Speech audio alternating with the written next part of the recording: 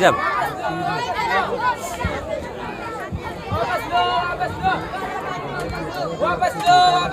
काला कानून वापस लो, वापस लो, काला कानून वापस लो वापस लो, वापस लो, काला कानून वापस लो वापस लो, वापस लो. काला कानून वापस लो.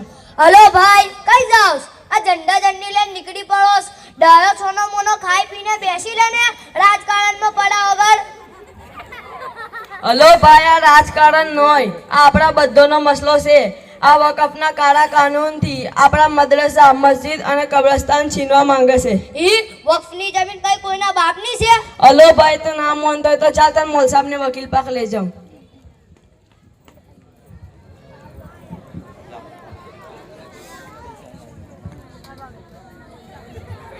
زید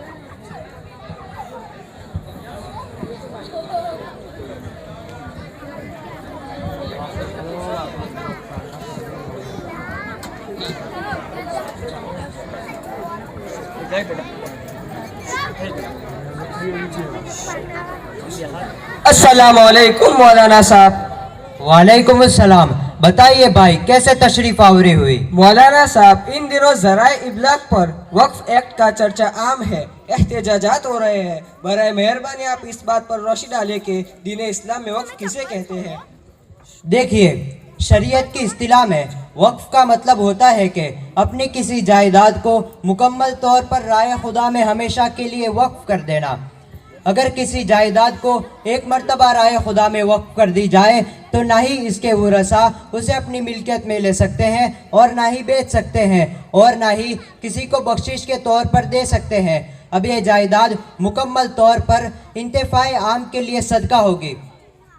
حضرت عمر رضی اللہ تعالیٰ عنہ نے اپنے خیبر کی عمدہ زمین آپ علیہ الصلوۃ والسلام کے روبرو وقف کر دی، جس کے بارے میں مسلم شریف، جو کہ مسلمانوں کی اوتھینٹک کتاب ہے، اس میں نبی اکرم صلی اللہ علیہ وسلم کی یہ رہنمائی موجود ہے کہ لا یباع اصلھا ولا یورث ولا یوہب، یعنی نہ اس زمین کو اب بیچا جا سکتا ہے، نہ ہی اس کے ورثاء اسے اپنی ملکیت میں لے سکتے ہیں اور نہ ہی کسی کو بخشش کے طور پر دیا جا سکتا ہے. ماشاءاللہ مولانا صاحب، آپ نے بہت آسان الفاظ میں وقف کی وضاحت کر دی. اب اس سلسلے میں مزید رہنمائی فرمائیے.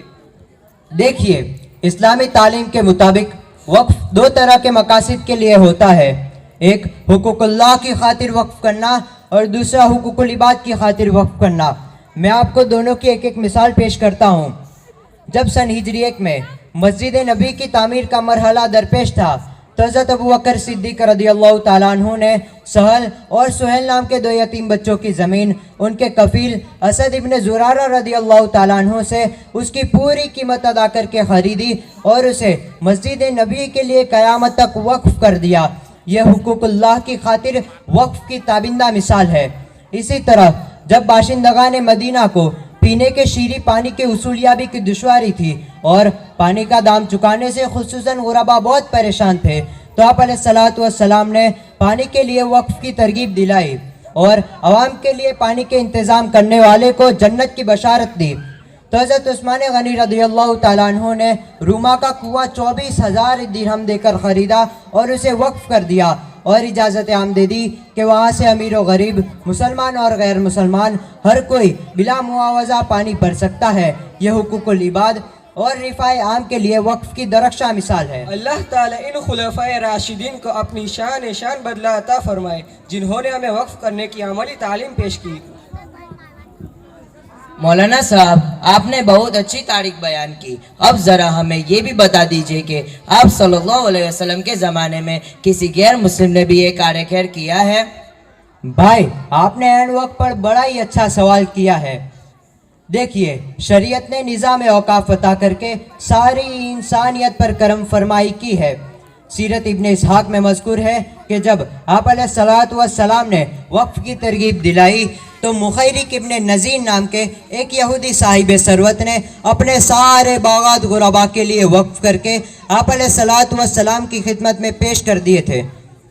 مولانا صاحب، ایڈوکیٹ زید صاحب یہاں پر موجود ہے. اب ہم اس سلسلے میں ان سے کچھ بات چیت کرتے ہیں. ہوئیدا آج اپنے زخم پنہا کر کے چھوڑوں گا، ہوئیدا آج اپنے زخم پنہا کر کے چھوڑوں گا، लहू रो रो के महफिल को गुलिस्ता करके छोड़ूंगा।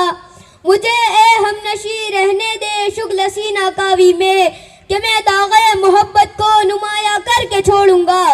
दिखाऊंगा जहां को जो मेरी आंखों ने देखा है, तुझे भी सूरत आईना हैरा करके छोड़ूंगा। तवज्जो दीजिए, खित्ते हिंद की रग-रग में औकाफ की अमीर जड़ें पेवस्त है। केरल के कोटन गल्लोड और तमिलनाडु के किलाकराई में आप सल्लल्लाहु अलैहि वसल्लम की हयात मुबारका में बनी हुई मस्जिदें मौजूद है। मुजाहिद आज़ादी पंडित सुंदरलाल ने अपनी मुहक्किकाना किताब भारत में अंग्रेजी राज के बाबे 2 में लिखा है कि साबित शुदा तारीख के मुताबिक भारत में हयात नबी के दौरान 11 मस्जिदें बन चुकी थी। सच्चर कमेटी के रिपोर्ट का 11वां बाब औकाफ के बारे में है, जिसमें दर्ज है कि भारत में 2006 तक कुल 5,90,000 रजिस्टर औकाफ मौजूद थे, लेकिन आज भारत के औकाफ की हालत ज़ार दिल आज़ार है। हजारों अमलाक तबाह हो चुकी है। लातादाद अमलाक पर या तो अपने या गैर काबिज है। महाराष्ट्र के बाहोश IPS अफसर अब्दुल रहमान ने अपनी किताब डिनाइल एंड डेप्रिवेशन में दिल्ली जैसे शहर में 86 ऐसी अमलाक की फहरिस्त दी है जिनका माहाना किराया 1 से 11 रुपये है, और 110 ऐसी अमलाक की फहरिस्त दी है जिनका माहाना किराया 11 से 21 रुपये है। और ऐसी खबरों को सुनकर दिल फट जाता है और दिल कहता है, हाय दिल के फफोले जल उठे दिल के ही दाग से, इस घर को आग लग गई घर के चिराग से। एडवोकेट साहब, क्या सरजमीन हिंद में वक्फ के अमलाक के इंतजाम और वक्फ कानून से आगाह फरमाइए, एन नवाजिश होगी। देखिए, हिंदुस्तान में औकाफ की बाज़ाब्ता इंतजाम और निगरानी के लिए अंग्रेजी सरकार ने 1913 वक्फ एक्ट बनाया। आज़ादी के बाद मरकजी हुकूमत ने पार्लियामेंट में तजवीज़ पास करके नया वक्फ एक्ट 1954 नाफिज किया, जिसके तहत उसकी हिफाजत और निगरानी के लिए मरकजी वक्फ काउंसिल बनाई गई। 1995 में मरकजी हुकूमत ने वक्फ में काफ़ी तरमीमात करते हुए नया वक्फ एक्ट 1995 नाफिज किया, जिसकी 3 तरमीमात काफ़ी अहम और देर पा असरात की हामिल है। 1995 के कानून की पहली अहम तब्दीली ये थी, हर रियासत में वक्फ बोर्ड बनाया गया, और 1995 से पहले सिर्फ मरकजी वक्फ काउंसिल हुआ करती थी। इस वक्त पूरे मुल्क में 30 वक्फ बोर्ड सरगर्मी अमल है। 1995 के कानून की दूसरी अहम तब्दीली ये थी कि मुल्क के तमाम वक्फ इमलाक को वक्फ बोर्ड में दर्ज कराने की हिदायत दी गई। इससे पहले वक्फ इमलाक को जिला के चैरिटी कमिश्नर के तहत दर्ज कराया जाता था। 1995 के कानून की तीसरी अहम तब्दीली ये थी, वक्फ से मुतालिक तनाज़ुआत को हल करने के लिए हर वक्फ बोर्ड के तहत वक्फ ट्रिब्यूनल बनाया गया, और वक्फ के मुकदमात को आम अदालतों के बजाय वक्फ ट्रिब्यूनल में दाखिल करने की हिदायत दी गई, ताकि फैसले में होने वाली ताख़ीर से बचा जा सके। वकील साहब, आपने बहुत आसान और दिलनशी पैराए में वक्फ पर पेश आने वाले मराहिल की फरमाइश की। जज़ाकुमुल्लाहु खैरल जज़ा। भाई, आप एक काबिल वकील मालूम होते हैं। हम इस सिलसिले में आपसे मज़ीद सुनने के ख्वाहिशमंद हैं। देखिए, वक्फ कानून की बारीकियों से आगाही कितनी अहम चीज़ है, इसकी 2 मिसाल पेश करता हूँ। मुंबई में करीम भाई इब्राहिम भाई यतीम खाने की ज़मीन को 2002 में बहुत कम दामों में फरोख्त की गई। जब मुकदमा हुआ तो कानूनी पेचीदगियों का इस तरह बेजा इस्तेमाल किया गया कि यतीम खाना चैरिटी कमिश्नर के तहत दर्ज है, न कि वक्फ बोर्ड में, और वक्फ बोर्ड के तहत यतीम खाना वक्फ की ज़मीन नहीं। शरीयत के मुताबिक अगरचे यतीम खाना वक्फ लाजिम है, लेकिन वक्फ बोर्ड में दर्ज न होने की वजह से ये मामला आज तक अदालतों में उलझा हुआ है। ठीक इसके बरक्स दूसरी मिसाल सूरत कॉरपोरेशन इमारत की है। 1644 में जहांगीर की बेटी जहां आरा ने ये इमारत हाजियों और मुसाफिरों के ठहरने के लिए मुसाफिर खाने के तौर पर वक्फ कर दी। सूरत के सामाजिक कारकुन अब्दुल वदूद जारुल्लाह ने 1980 में मुकदमा दायर करके सारे कागजात अपडेट किए। 42 साल तक कानूनी लड़ाई लड़ी, पहले ट्रिब्यूनल, फिर हाई कोर्ट, और फिर 2022 में सुप्रीम कोर्ट में मुकदमा जीता। और सुप्रीम कोर्ट ने वक्फ की इमारत को सूरत कॉरपोरेशन की इमारत को वक्फ की इमारत करार दिया। इससे यही इबरत है कि अमलाक के वक्फ के सारे कागजात वक्फ एक्ट के मुताबिक ताज़ा तरीन होने चाहिए। एडवोकेट जैद साहब, मुजव्वज़ा कानून 2024 की मुखालिफत की जा रही है, तो इसकी कुछ वजाहत फरमाइए। मौलाना साहब, मुजव्वज़ा कानून की वजाहत से पहले मैं एक शेर आपके सामने में अर्ज करता हूँ। वक्फ कानून अगर हमने भुलाया होता, वक्फ कानून अगर हमने भुलाया होता, यह जमाना न जमाने ने दिखाया होता। 1995 के बाद मरकजी पार्लियामेंट ने 2013 में वक्फ में काफी तरमीमात करते हुए उसे मजीद मुअस्सिर और कारगर बनाया, लेकिन अब मरकजी सरकार जो नया वक्फ एक्ट 2024 लाने जा रही है, उसकी कई बातें शरीयत और दस्तूर हिंद के मुताबिक काबिल एतराज है। नंबर 1, वक्फ ट्रिब्यूनल को खत्म करने की तजवीज़। इससे वक्फ के मुकदमात का आम अदालतों में अरसे दराज तक उलझे रहने का कभी अंदेशा है। नंबर 2, नए कानून के तहत जिला के वक्फ सर्वे कमिश्नर के ओहदे को खत्म करके वक्फ के सारे इख्तियारात जिला कलेक्टर को सौंपने की तजवीज़। नंबर 3, वक्फ काउंसिल और वक्फ बोर्ड में लाजमी तौर पर गैर मुस्लिम मेंबरान को शामिल करने की कानून, जो दस्तूर के मुसावात और मजहबी आज़ादी के खिलाफ है।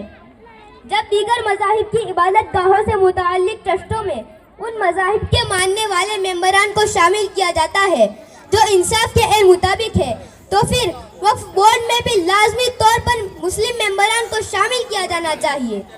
नंबर 4, नए कानून के मुताबिक मुल्क के तमाम वक्फ इमलाक का असर नौ सर्वे करके रजिस्टर करना है। इसमें वाकिफ के वक्फ नामे से लेके तमाम कागजात लाजमी तौर पर मौजूद हो तो ही उसे वक्फ की मिल्कियत माना जाएगा।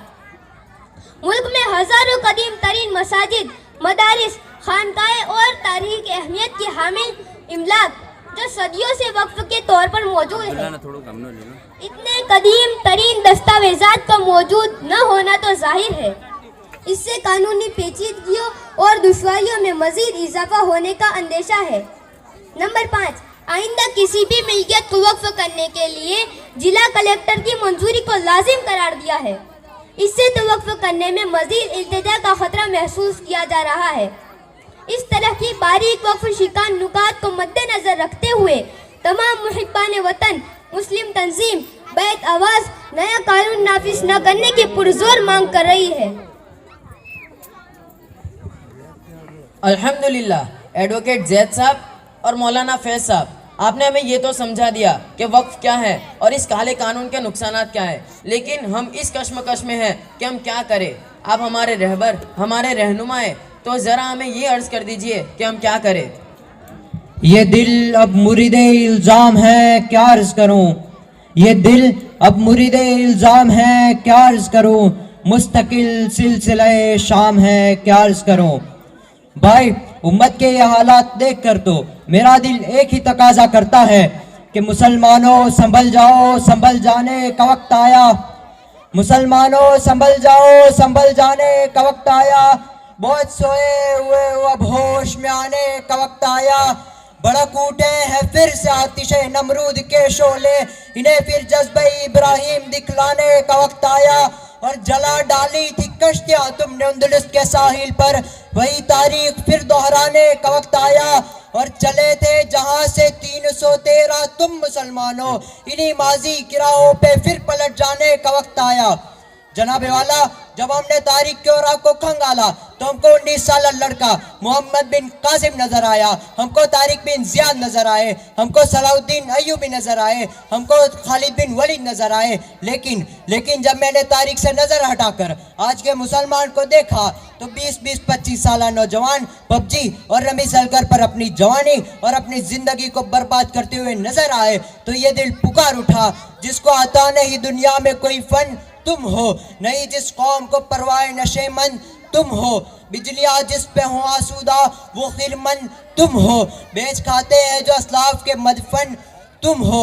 सफ़ाई दहर से बातिल को मिटाया किसने, नूह इंसान को गुलामी से छुड़ाया किसने, मेरे काबे को जबीनों से बसाया किसने, मेरे कुरान को सीनों से लगाया किसने, थे तो वो आबाद तुम्हारे ही मगर तुम क्या हो, बस हाथ पे हाथ धरे मुंतज़िर पर्दा। कहते हैं कि अगर कोई असहाबे कहफ के बाद कोई चैन से सोया है तो वो आज का मुसलमान है। ए लोगों, अगर आपको मुसलमान के हालात देखकर और ये हालात सुनकर अगर आपका दिल नहीं कांपता तो फिर आप अपने ज़मीर का जनाजा पढ़ लीजिए, क्योंकि वो मर चुका है। ए मुसलमानों, आज भी मौका है, आज भी मौका है, अपनी मस्जिदों को बचा लो, अपने मदरसे को बचा लो, अपने कब्रिस्तान बचा लो, वरना अल्लाह की कसम आने वाली नस्लें हमें कोसेगी कि जब मस्जिदें छीनी जा रही थी, जब कब्रिस्तान छीने जा रहे थे तो आप कहाँ थे। दोस्तों, मैं आपको ऐसी एक जिंदा मिसाल बताता चलूँ कि जब कुर्तुबा की मस्जिद में 800 के करीब मुहद्दिसीन एक साथ बुखारी शरीफ का दर्स देते थे, फिर वो वक्त भी आया कि वो मस्जिद घोड़ों का अस्तबल बन गई। और जब अल्लामा इकबाल ने मुसलमानों की जिल्लत और पस्ती को देखा, जब कुर्तुबा को देखा और जब गरनाता को देखा तो तड़प कर कहा, गरनाता भी देखा मेरी आँख ने लेकिन, गरनाता भी देखा मेरी आँख ने लेकिन, तस्कीन मुसाफिर न सफ़र में न हज़र में, देखा भी दिखाया भी सुनाया भी सुना भी, देखा भी दिखाया भी सुनाया भी सुना भी, है दिल की तसल्ली न नज़र में न खबर में। मोहतरम सामीन किराम, मैं आखिर में आपको ये भी बताता चलूँ कि हम लोग मुस्लिम पर्सनल अवार्ड के ताबे हैं और हमारे बुजुर्ग और हमारे रहनुमा जो कहेंगे वो हम सब करने के लिए तैयार है। अगर वो कहें कि एहतजाज करना है तो हम एहतजाज करेंगे और इस काले कानून की पुरजोर मुखालिफत करेंगे इंशाअल्लाह। मैं आखिर में एक शेर कहकर अपनी बात को ख़त्म करता हूँ कि तू पुकारेगा तो ए सहने हरम आएंगे, तू पुकारेगा तो ए सहने हरम आएंगे, अब अबाबीलों के अंदाज में हम आएंगे और अपने हाथों में लेकर आएंगे सदाकत के अलम, ये और बात के तादाद में कम आएंगे। और ये आसमां अब जलती ज़मीं पर नहीं आने वाला, अब कोई और पैगंबर नहीं आने वाला। और प्यास कहती है कि रेत निचोड़ी जाए, अब हमारे हिस्से में समंदर नहीं आने वाला। और अपने काबे की हिफाजत तुम्हें खुद करनी है, अपने काबे की हिफाजत तुम्हें खुद करनी है, अब कोई और अबाबील का लश्कर नहीं आने वाला।